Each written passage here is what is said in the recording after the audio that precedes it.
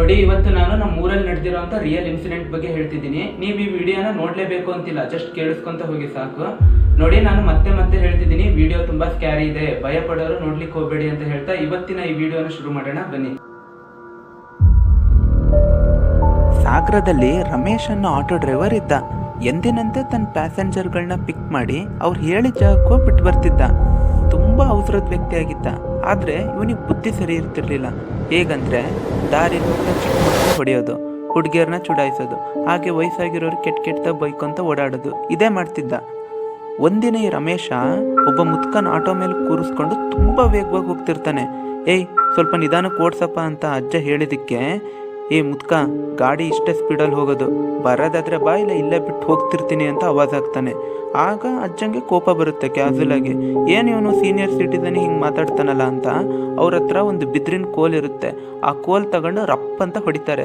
ಅದಕ್ಕೆ ರಮೇಶ ಹೇಳ್ತಾನೆ, ಮುತ್ಕ, ನನ್ನ ತಲೆಗೆ ಹೊಡಿತೀಯಲ್ಲ, ಐತಿರು ಮಗನೇ ನಿಂಗೆ ಅಂತ ಆಟೋನ ಇನ್ನೂ ಸ್ಪೀಡಾಗಿ ಓಡಿಸ್ತಾನೆ. ಇವನ್ ಹುಚ್ಚಾಟ ನೋಡಕ್ಕಾಗದೆ ಅಜ್ಜ ಕರ್ಕಶವಾಗಿ ಕಾಪಾಡ್ರಪ್ಪ, ನನ್ನ ಈ ಮುಂಡೆ ಮಗನಿಂದ ಕಾಪಾಡ್ರೋ ಅಂತ ಕೂಗ್ತಾನೆ. ಆಗ ಅಲ್ಲೇ ಇದ್ದ ಟೀ ಅಂಗಡಿಯವ್ರು ಬಂದು ಬೈಕಲ್ಲಿ ಆಟೋನ ಚೇಸ್ ಮಾಡಿ ಅವನ್ನ ಹಿಡಿದು ಅವನಿಗೆ ಸಿಕ್ಕಾಪಟ್ಟೆ ಹೊಡಿತಾರೆ. ಹಾಗೆ ಅಜ್ಜಂಗೆ ನೀವು ಎಲ್ಲಿಗೆ ಹೋಗ್ಬೇಕು ಹೇಳಿ, ನಾವೇ ಬಿಡ್ತೀವಿ ಅಂತಾರೆ. ಸರಿ ಕಂದ, ದೇವ್ರು ನಿಮ್ಮನ್ನು 100 ವರ್ಷ ಚೆನ್ನಾಗಿಟ್ಟಿರ್ಲಿ ಅಂತ ಹೇಳ್ತಾನೆ. ಆ ಅಜ್ಜ ರಮೇಶಂಗೆ ಮತ್ತೆ ಇದಕ್ಕೆ ತುಂಬ ಕೋಪ ಮಾಡ್ಕೊಂಡ ರಮೇಶ ಅಜ್ಜನಿಗೆ ಹೊಡಿಬೇಕು ಅಂತ ಹೋಗ್ತಾನೆ. ಅಂಗಡಿಯವರು ಮತ್ತೆ ರಮೇಶಂಗೆ ಹೊಡಿತಾರೆ. ಇದರಿಂದ ತುಂಬ ಬೇಸತ್ತ ರಮೇಶ ವಯಸ್ಸಾಗಿರೋ ಒಂಟಿ ಅಜ್ಜ ಅಜ್ಜಿಯವ್ರನ್ನೇ ಟಾರ್ಗೆಟ್ ಮಾಡ್ತಾ ಇರ್ತಾನೆ. ಹೀಗೆ ಒಂದು ದಿನ ಆಟೋದವ್ನು ಏನು ಅನ್ಕೊಂತಾನೆ ಅಂದರೆ, ನಾನು ಸತ್ತು ನನ್ನ ಜೊತೆ ಯಾವ್ದಾದ್ರು ವಯಸ್ಸಾಗಿರೋರನ್ನ ಸಾಯಿಸಲೇಬೇಕು ಅಂತ ಅನ್ಕೊಂಡಿರ್ತಾನೆ. ಅಂದರೆ ಅವನಿಗೆ ಅಷ್ಟು ಸಿಟ್ಟು ಬಂದಿರುತ್ತೆ. ಹೀಗೆ ರಮೇಶ ಒಂದು ದಿನ ಆಟೋನ ಓಡಿಸ್ಕೊಂತ ವಯಸ್ಸಾಗಿರೋರು ಮತ್ತೆ ಯಾರು ಸಿಗ್ತಾರ ಅಂತ ನೋಡ್ತಾ ಇರ್ತಾನೆ.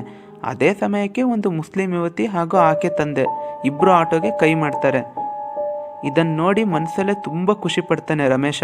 ಬನ್ನಿ ಹತ್ತಿ, ಎಲ್ಲಿಗೆ ಬಿಡ್ಲಿ ಅಂತಾನೆ.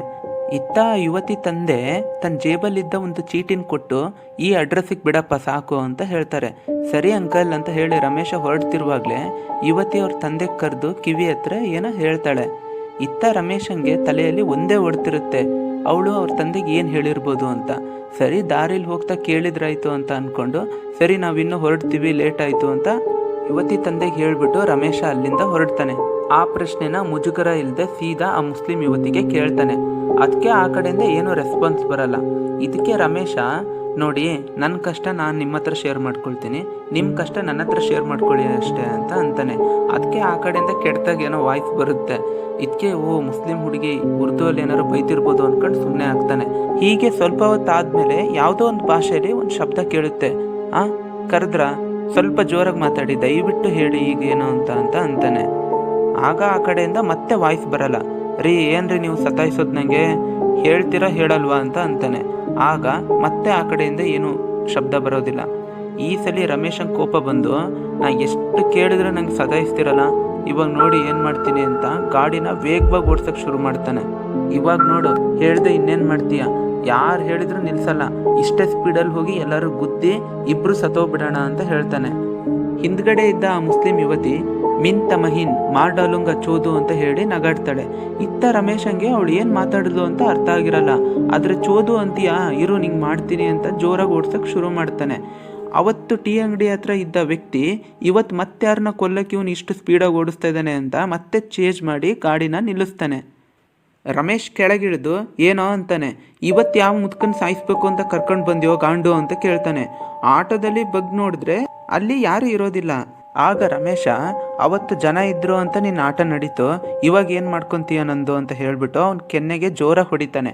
ಆಗ ಅವನು, ಇರು ಮಗನೇ, ನಮ್ಮವ್ರನ್ನ ಕರ್ಕೊಂಡು ಬರ್ತೀನಿ, ಇಲ್ಲೇ ಇದ್ದಾರೆ ಅಂತ ಓಡ್ ಹೋಗ್ತಾನೆ. ಇತ್ತ ರಮೇಶ ಗಾಬರಿಯಿಂದ ಆಟೋದಲ್ಲಿ ನೋಡಿದ್ರೆ ಅಲ್ಲಿ ಯಾರು ಇರೋದಿಲ್ಲ. ತಕ್ಷಣ ಅಕ್ಕ ಪಕ್ಕ ಎಲ್ಲ ಕಡೆ ಹುಡುಕ್ತಾನೆ, ಒಬ್ಬ ಮನುಷ್ಯನ ಸುಳಿ ಕೂಡ ಅಲ್ಲಿ ಇರೋದಿಲ್ಲ.